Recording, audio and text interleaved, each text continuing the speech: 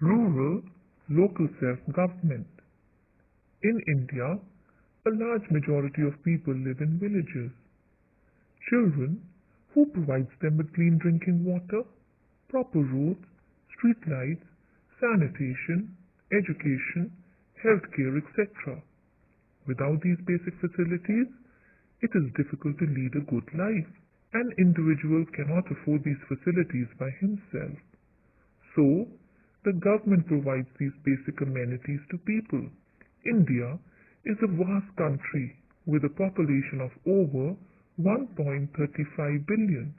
Therefore, it is impossible for the central and the state governments to solve all the problems at local levels. The problems can be better understood by the people who are suffering from them. Only a government at the local level can solve these problems properly. What is local self-government? Local self-government is an institution consisting of locally elected representatives looking after the problems of the locality and providing basic amenities. Local self-governing bodies are of two kinds, rural and urban. Rural refers to villages, urban refers to town and cities. The Panchayati Raj system. The local self-government in the village is called the Panchayati Raj. What is Panchayat? The word Panchayat means a group of 5 people. Since ancient time, the villagers would elect 5 elderly people. They would deal with local problems and solve disputes between people. All the villagers abided by their decision. During British rule in India, this system began to decline. India, after independence, adopted democracy. The Government of India passed the 73rd Constitutional Amendment in 1992. It gave legal status to the Panchayati Raj system. Structure of the Panchayati Raj system. The Panchayati Raj has a 3-tier structure. The Gram Panchayat at the village level, the Block Samiti at the block level, the Zilla Parishad at the district level. Children, let us learn about the first one, that is, the Panchayat system at the village level. It is usually divided into 3 parts. A. Gram Sabha, B. Gram Panchayat, C. Nyay Panchayat. A. Gram Sabha. Who are the members of Gram Sabha? All men and women above 18 years of age are the members of the Gram Sabha. Gram Sabha holds meeting at least twice a year. It works like a village assembly. It performs certain functions like it discusses important matters and problems of the village. It elects the Sarpanch. It manages the account of income and expenditure of the Gram Panchayat. It also has the power to remove a non-performing member. B. Gram Panchayat. Gram Panchayat can be set up in villages with a population of around 500. Every Gram Panchayat is divided into smaller areas called wards. Every ward elects representatives known as ward members. A Gram Sabha consists of 5 to 30 ward members. The Sarpanch heads the Gram Panchayat. The size of the Gram Panchayat varies widely from state to state.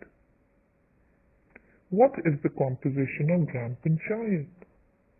It consists of 1. Ward members, 2. Sarpanch or Pradhan, 3. Vice Sarpanch, 4. Some seats are reserved for scheduled castes, scheduled tribes and backward classes. 5. 1/3 seats are reserved for women. And 6. Panchayat Secretary is a permanent employee of the Gram Panchayat appointed by the government and receives a monthly salary. What are the functions of Gram Panchayat? The Gram Panchayat performs several functions. It supplies clean drinking water, maintains roads and street lights, provides health facilities through dispensaries, helps farmers by providing them with better seeds and fertilizers. It records birth and death in the villages, supervises the primary schools, organizes village markets, and set up libraries. Sources of income of Gram Panchayat. How does the Gram Panchayat get the money to perform so many functions? Gram Panchayat gets its income from taxes on houses, shops, fairs, fees on sale and purchase of property and cattle. It also gets grants from the state government, received through the block samitis and Zilla Parishads. C. Nyay Panchayat. Some villages have Nyay Panchayat. There is normally one Nyay Panchayat for 4 to 5 villages. It is called the village court. It settles minor disputes. It provides cheap and speedy justice.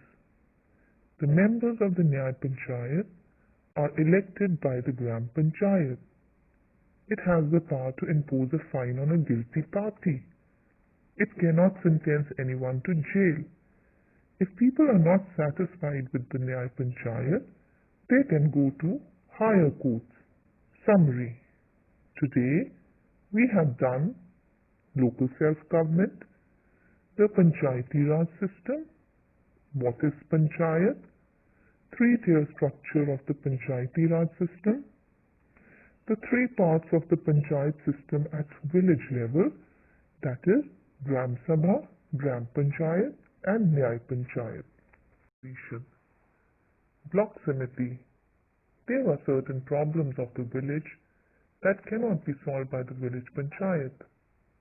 For example, it is not possible for every village to have a large hospital. Therefore, some village Panchayats join together to form Block Samiti. Block Samiti acts as a link between the village and district. It usually looks after the need of 100 villages. The people of the block elect members of the Block Samiti. Composition. Block Samiti consists of Sarpanch of all the village Panchayats, chairperson and a vice chairperson.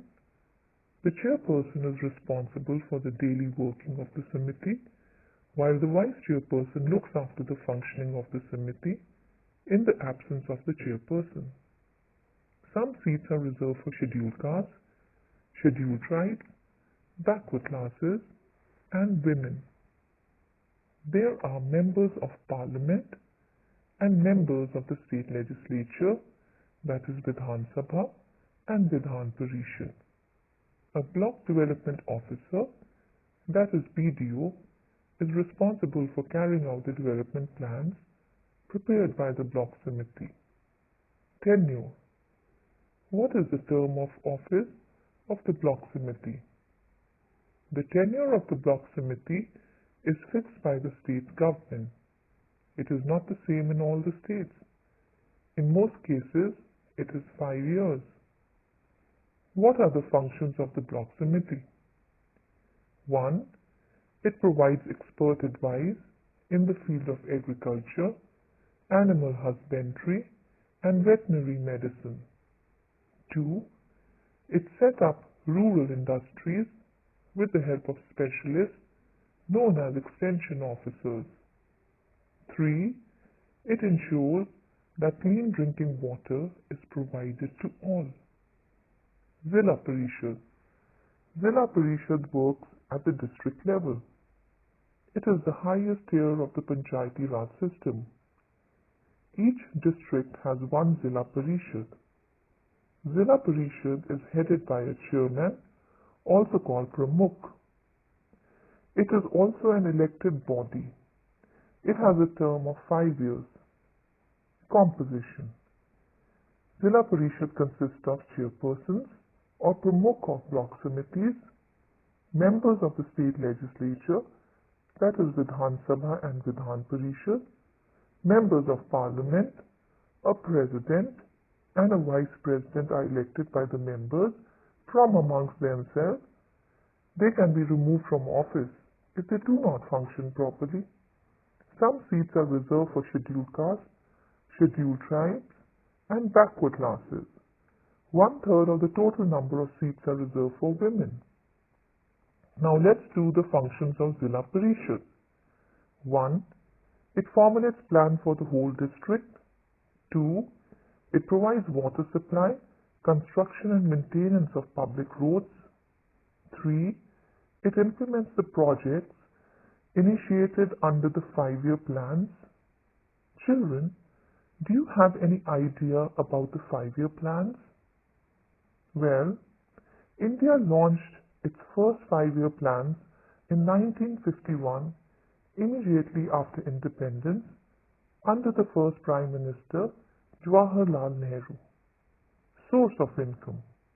Both Block Samiti and Zilla Parishad gets its income from taxes on houses, water, electricity. It also gets funds from the state government. Let's do important points to remember. 1. The Panchayati Raj system is a 3-tier system. Zilla Parishad at district level, Block Samiti at block level, and Gram Panchayat at the village level. Second, Panchayat at the village level has 3 independent institutions: Gram Sabha, Gram Panchayat, Nyay Panchayat. 3. Sarpanch is the head of the Gram Panchayat. 4. Panchayat Secretary is a permanent employee of Gram Panchayat. 5. Nyay Panchayat settles minor dispute. 6. Some village panchayats join together to form Block Samiti. 7. Zilla Parishad is the highest tier or the epic body of the Panchayati Raj system, which works at the district level. We have already studied about local administration in rural areas. Today, we will learn about administration in urban areas, carried out by municipal corporations. Children, unlike villages, towns and cities are large and densely populated. A good part of Indian population lives there. They need good roads, proper transport system, well-equipped large hospitals, markets, schools, and colleges. Large funds are needed for their upkeep. Therefore, urban local self-government are formed according to the size of a town or city. What is metropolitan? The word metropolitan comes from a Greek word metropolis, which means mother city, made up of meter, meaning mother, and polis, meaning city. A person who lives in a metropolis or a city is called a metropolitan. The Constitution Act 1992 defines a metropolitan area in India as an area having a population of 10 lakhs or more, comprised in one or more districts, and consisting of 2 or more municipalities. In India, there are several cities. They have the status of metropolitan. Let us learn about them one by one. First, Kolkata. Kolkata is a city situated on the eastern bank of the Hooghly River. It was a prime center of the Indian freedom struggle. Second, New Delhi. New Delhi, as we all know, is the capital city. It houses the Indian Parliament. Third, Mumbai. Mumbai is also known as Bombay, is famous for the Indian film industry known as Bollywood, Bombay Stock Exchange, and is referred to as the commercial capital of India. Fourth, Chennai. Chennai is the capital city of Indian state of Tamil Nadu. Roughly 40% of the automobile industries are based in Chennai, and hence the place is also recognized as the automobile capital of India. Now let's briefly learn about the three-tier structure of urban local self-government. Nagar Panchayat. It is set up in the transitional area. What is a transitional area? It is an area which is changing from rural to urban, that is from village to town. Municipality. It is set up in small areas, that is small towns and cities. Municipal corporation. It is set up in large metropolitan cities. These cities which has a population of 10 lakhs or more. Let's learn about municipal corporation and its functions. A municipal corporation is also called Nagar Nigam. It is the local self-government of big towns and cities. The members are directly elected through voting by registered adult voters of city who are 18 years of age, who can contest elections of municipal corporation. Anyone who is 21 years or above can contest elections. The corporation is elected for a period of 5 years. Can municipal corporation be dissolved even before its term is over? Yes, it can be dissolved before 5 years if it does not function properly. Who is the head of municipal corporation? The mayor or Mahapaur is the head. He or she is the first citizen of the city. The mayor presides over the meetings of the corporation. Municipal corporation performs several functions to solve the problems of the local citizens. These functions can be categorized into optional and mandatory functions. Mandatory function. As we all know about the pandemic, it is important to implement cleanliness in our city for the improvement of public health. Therefore, they perform certain functions such as removal of garbage, cleaning of streets and drains, providing clean drinking water, electricity to homes, lighting of streets, planting of trees along roadsides, establishing schools and adult education centers, setting up of hospitals and dispensaries, arranging vaccination to prevent the spread of diseases such as smallpox and polio, maintaining records of birth and deaths, repairing of roads, maintaining of the fire brigade, pulling down old and worn out buildings. Optional or voluntary functions are establishment of public parks, gardens, zoos, picnic resorts, museums, old age homes, orphanages, night shelters, and rest houses, providing cheap public transport services, establishment of maternity and child welfare center. To perform all these duties, the municipal body needs funds. From where do they get it? The sources of the income are octroi duty, property tax, collection of water and electricity bills, toll tax, entertainment tax, etc.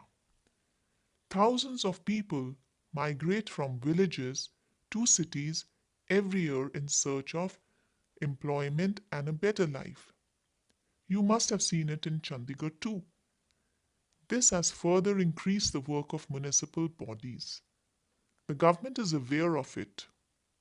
We must cooperate with the urban local bodies and be involved in the activities concerned with the maintenance of towns and cities. Points to remember. What have we done today? 1. What is metropolitan? 2. 4 biggest metropolitan cities. 3. Three-tier structure of urban local self-government. 4. Functions. 5. Sources. Thank you, children, for watching this video. I hope you have a nice day.